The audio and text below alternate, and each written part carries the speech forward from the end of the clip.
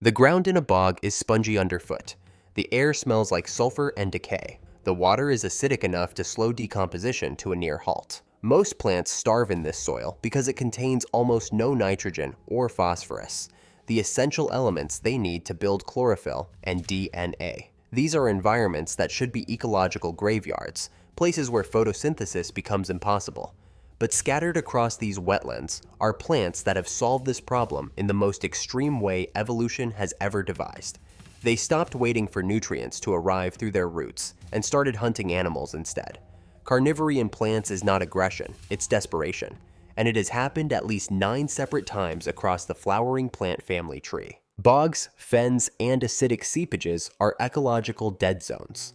The water is so low in pH that decomposition barely happens. Dead plants don't rot properly. Bacteria struggle to break down organic matter into usable nutrients. The result is a landscape where nitrogen and phosphorus, 2 elements essential for photosynthesis, are locked away in peat layers that accumulate faster than they decay. For a typical plant, this is a death sentence. Nitrogen is required to synthesize chlorophyll, the molecule that captures sunlight. Without nitrogen, leaves remain pale or yellow, unable to perform photosynthesis effectively. Phosphorus forms the backbone of DNA and ATP, the molecular currency that powers cellular reactions. It's also essential for root development and energy transfer during metabolism. In normal soil, these nutrients cycle continuously through decomposition. Dead organisms break down.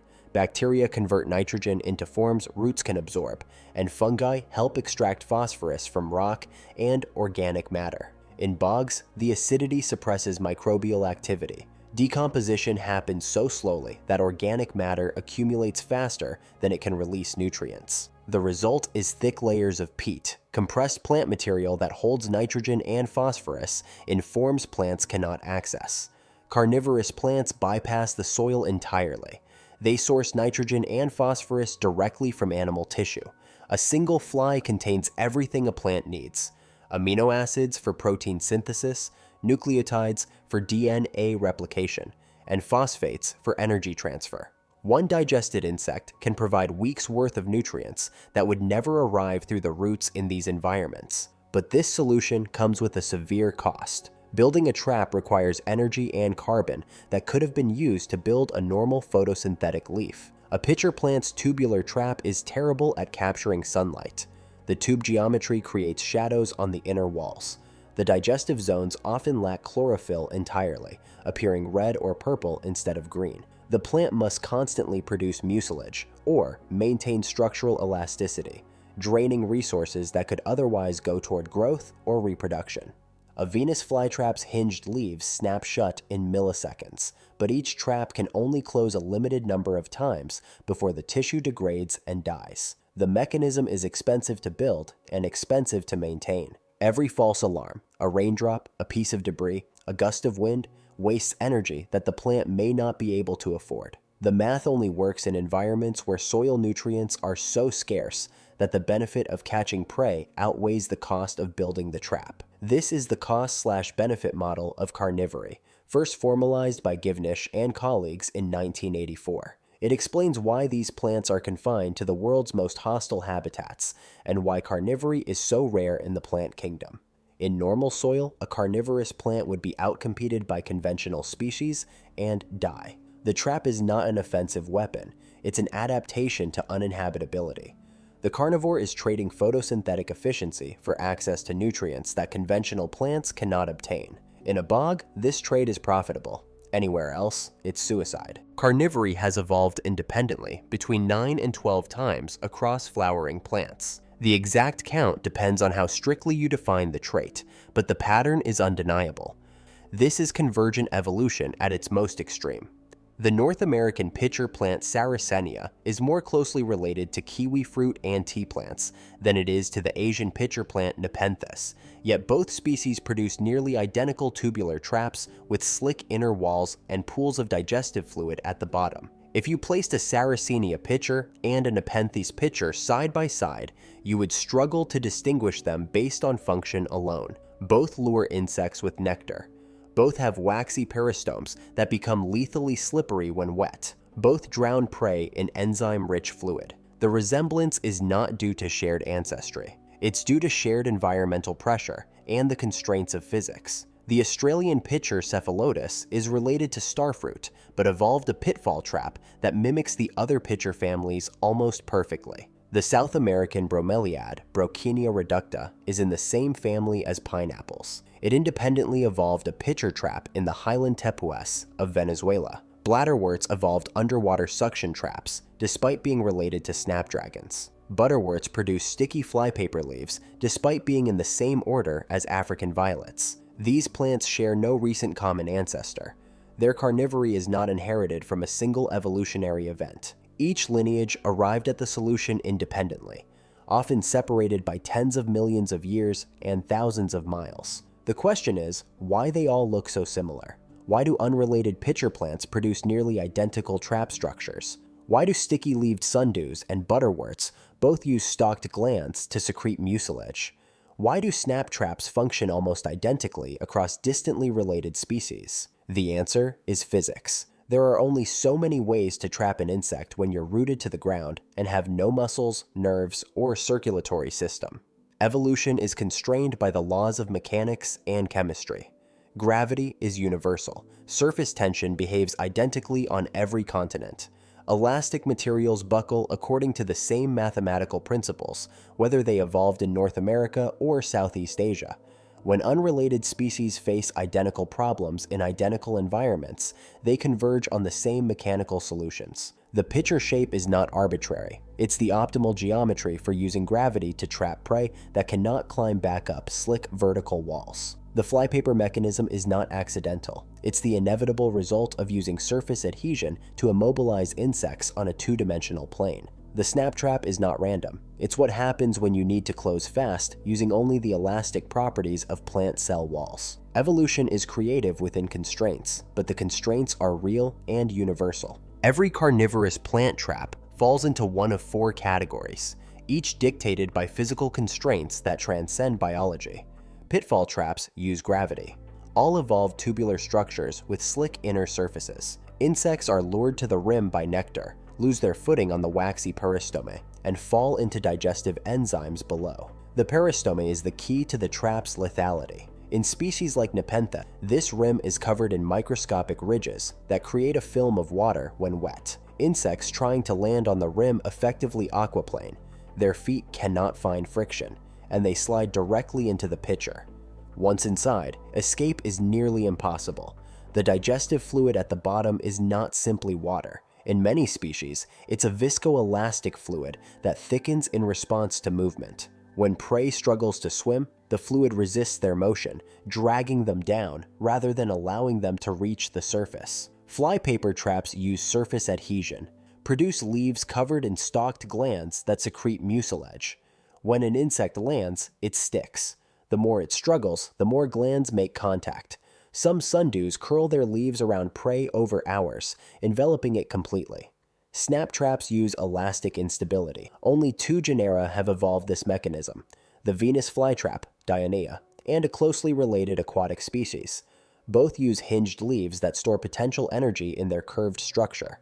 When triggered by prey, the leaves buckle from convex to concave in a fraction of a second, clamping shut on the victim. This is one of the fastest movements in the plant kingdom, achieved not through muscle contraction, but through the sudden release of stored mechanical energy. The trap operates on the same principle as a buckling metal ruler. Push it past a critical threshold, and it snaps in the opposite direction all at once. Suction traps use negative pressure. Bladderworts, Utricularia, are the only plants to evolve this method. They grow small bladder-shaped chambers underwater and actively pump water out to create a vacuum inside. The entrance is sealed with a flexible door. When a microorganism brushes the trigger hairs on the door, the seal breaks. Water rushes in at speeds that generate forces up to 600 times the acceleration of gravity, dragging the prey inside in less than 1 millisecond. The entire capture event is over before the prey can react or resist. The bladder then pumps the water back out to reset the trap for the next victim. These four archetypes have appeared repeatedly across unrelated lineages because they represent the complete set of mechanical solutions available to a sessile organism trying to capture mobile prey. A rooted plant cannot chase its food. It cannot use muscles to grab or teeth to bite. It must rely on physics, gravity to pull prey down, adhesion to hold prey in place, elastic energy to close a trap, or pressure gradients to suck prey inside. Evolution is creative, but it works within the boundaries of what is physically possible. The convergence of carnivorous plants toward these four mechanisms reveals those boundaries with unusual clarity. The bladderwort suction trap is the fastest movement in the plant kingdom. The door opens, water floods the chamber, and prey is inside in less than 1 millisecond. The mechanism is entirely mechanical. The bladder is a sealed chamber with flexible walls. Specialized cells along the inner surface actively pump water out, creating a pressure differential. The external water presses inward, but the door remains sealed by mucilage and the vacuum inside. When prey brushes the trigger hairs, the seal breaks. The door buckles inward, and water rushes in with forces up to 600 times gravity. The prey is swept inside.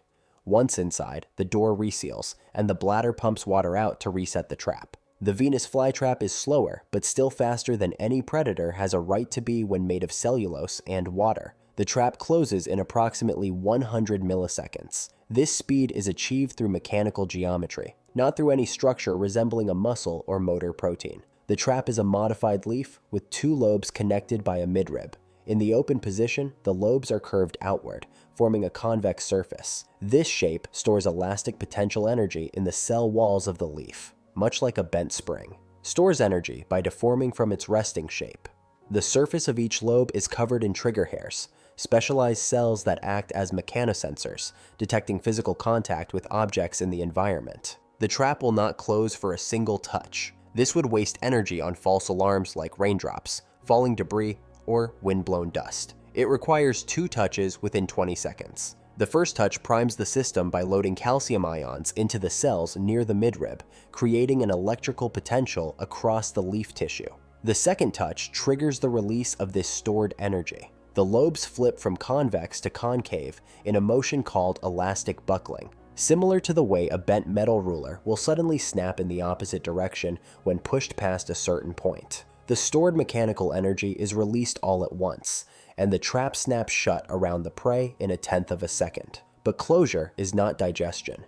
If the trap is empty, if it closed on nothing, or if the prey escaped, it will reopen within a day, having wasted the substantial energy required to reset the elastic spring mechanism. If prey is inside and still struggling, the continued mechanical stimulation triggers a second, slower response. Touches 3, 4, and 5 activate glands on the inner surface of the lobes. These glands secrete digestive enzymes, proteases that break down proteins, chitinases that dissolve exoskeletons, and phosphatases that extract phosphorus from the prey's tissues. Digestion takes place over the course of a week or more, with the trap remaining sealed the entire time. Carnivorous plants rarely fossilize. They are soft-bodied herbaceous species that grow in bogs, not river deltas, where sediment preserves organic remains. Bogs are acidic, low-oxygen environments where material becomes peat, not stone. The conditions ideal for carnivory make fossil formation nearly impossible. For over a century, the evolutionary history was reconstructed through inference and genetic analysis, not physical evidence from deep time. A fossil from early Cretaceous China was once described as the oldest carnivorous plant. Archaeamphora longicurvia was a tubular structure resembling a pitcher trap, dated to 125 million years ago. It was debunked in 2015. Reanalysis showed Archaeamphora was not a pitcher plant, but a gall, a deformed leaf of an ancient conifer called Leoningocladus, caused by insect infection. The resemblance was coincidental. The debunking of Archaeamphora highlighted the difficulty of identifying carnivory in fossils. Soft tissue rarely preserves. Leaf morphology can be ambiguous. A tube-shaped structure might be a pitcher trap, a rolled leaf, a seed pod, or a pathological growth. The first verified fossil came from Baltic amber. Amber is fossilized tree resin, and it preserves soft tissue with extraordinary fidelity because it dehydrates and encases specimens before decay can begin. In 2014 and 2015, researchers found leaf fragments in amber dated to the Eocene, between 35 and 47 million years ago. The fragments possessed multicellular stalked glands, tentacles nearly identical to those of modern Rorigula. These glands are the hallmark of flypaper carnivory. Each gland consists of a stalk made of elongated cells topped with a secretory head. The amber preserved even the mucilage droplets on the gland tips, frozen as the resin hardened around the leaf. The plant was caught mid-hunt, its glue intact after 35 million years. This is as close as we will likely come to witnessing the moment of capture in deep time. In the absence of fossils, geneticists use molecular clocks to reconstruct evolutionary history. DNA accumulates mutations at a roughly predictable rate. By comparing carnivorous plant genomes to non-carnivorous relatives, researchers estimate when lineages diverged from a common ancestor. The order Caryophyllales contains the Venus flytrap, sundews, and several pitcher plant families. Genetic sequencing suggests this group split from non-carnivorous ancestors approximately 85 to 95 million years ago during the Cretaceous period. This was the age of Tyrannosaurus rex and Triceratops, and the time when flowering plants were radiating into new ecological niches across the continents. The molecular clock provides a date but not a photograph. We know when divergence occurred, but not what the ancestral carnivorous plant looked like. The genetic split marks when one lineage began evolving the traits necessary for carnivory, but the process took millions of years to refine. The amber evidence arrives 50 to 60 million years after the genetic split. By the Eocene, carnivory was morphologically sophisticated. The glands in Baltic amber are structurally identical to modern species, suggesting flypaper mechanisms had reached their current form by that time. This creates a gap in the record. Carnivory began in the Cretaceous based on genetic divergence. Physical proof exists from the Eocene based on amber. The intervening 50 to 60 million years are blank. The evolutionary transition almost certainly happened during this window, but the physical record has not survived. We are left with genetics and rare amber fragments to reconstruct what occurred. Carnivorous plants do not have stomachs or digestive tracts. They evolved the ability to digest animals by repurposing genetic machinery they already possessed for defense against pathogens and herbivores. In a normal plant, the jasmonate pathway functions as an immune alarm. When a caterpillar bites a leaf, damaged cells release jasmonic acid, a stress hormone that travels through plant tissues. This signal triggers production of defensive compounds, toxins that make leaves bitter or poisonous, enzyme inhibitors that interfere with insect digestion, or thickened cell walls that resist chewing. In carnivorous plants, this pathway has been rewired. Mechanical stimulation from prey touching the trap mimics herbivore damage. Cells release jasmonic acid just as they would during an attack. But instead of producing defensive toxins to repel the insect, the signal activates digestive glands embedded in the trap tissue. The pathway is the same. The hormone is the same. Only the response has changed. The digestive enzymes are also repurposed. Chitinase normally breaks down fungal cell walls during immune responses. Chitin is the primary component of both fungal walls and insect exoskeletons. Carnivorous plants produce chitinase in massive quantities, far beyond what would be needed to fight infection. They secrete it into traps where it dissolves insect shells into amino acids the plant can absorb. Protease is used for cellular cleanup in normal plants, breaking down damaged proteins for reuse. Carnivorous plants secrete it externally to strip nitrogen from prey muscle tissue, reducing complex proteins into simple nitrogen compounds. This is exaptation, repurposing an existing trait for a new function. Evolution works with what is already present in the genome, bending old tools to new purposes through changes in gene regulation. The genetic changes required are not dramatic. Mutations in regulatory regions can change when and where genes activate. A gene activated by pathogen infection can be rewired to respond to mechanical touch. A defensive enzyme secreted internally can be redirected externally. This repurposing happened independently in at least 9 lineages. The jasmonate pathway is universal among flowering plants. The enzymes are universal. Every plant has the raw genetic material for carnivory. Only a few lineages, under the right environmental pressure, stumbled onto the regulatory changes that made it work. Nepenthes ampullaria is a pitcher plant that has stopped hunting insects. It grows in lowland rainforests of Borneo, Sumatra, and the Malay Peninsula. Unlike other Nepenthes that dangle pitchers to intercept flying insects, N. ampullaria produces ground-level pitchers with wide open mouths. The pitchers do not secrete nectar or produce digestive enzymes in significant quantities. Instead, they catch leaves from the canopy above. The rainforest canopy constantly sheds organic matter. The pitchers collect this debris. Leaves decompose in the water at the pitcher's bottom.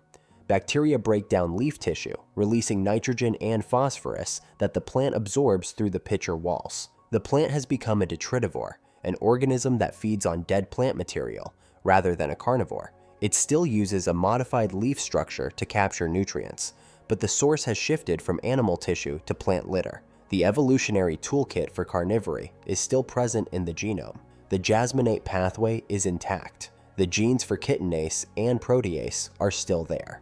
They are simply not being expressed at the levels required for active carnivory. This is proof that the cost/benefit model operates in both directions. When the energetic cost of maintaining a carnivorous trap exceeds the benefit of catching prey, evolution can reduce or eliminate the carnivorous traits. N. ampullaria grows where nitrogen is scarce in soil, but the constant rain of leaf litter provides a more reliable and abundant nitrogen source than insects. The plant stopped investing metabolic resources in nectar production, enzyme secretion, and the maintenance of slippery trap surfaces. It widened its pitcher mouth to maximize leaf capture and reduced its reliance on animal prey. The shift is not absolute. N. ampullaria still occasionally captures and digests insects that fall into its pitchers. The enzymes are still present at low levels. The trap structure is still functional, but the primary nutrient source has changed. The plant is no longer dependent on carnivory for survival. This demonstrates that carnivory is not a permanent evolutionary state. It is a flexible response to specific environmental conditions. If those conditions change, if nutrient availability shifts, if prey density drops, if alternative nitrogen sources become more accessible, the selective pressure that favors carnivory can weaken or disappear entirely. Evolution can reverse course. The plants that hunt animals today are not predators by nature. They are survivors by necessity. They gave up one of the defining advantages of plant life: the ability to efficiently convert sunlight into energy through broad, flat, photosynthetic leaves, because the alternative was starvation in nitrogen-dead soils. The trade-off was extreme. The energetic cost was brutal. The math only worked in environments so hostile that no conventional plant could survive. But in the acidic bogs and seepages, where almost nothing else could live, it was enough to keep them alive. And in at least 9 separate lineages, spread across millions of years and separated by thousands of miles, evolution arrived at the same conclusion: when the soil fails, hunt.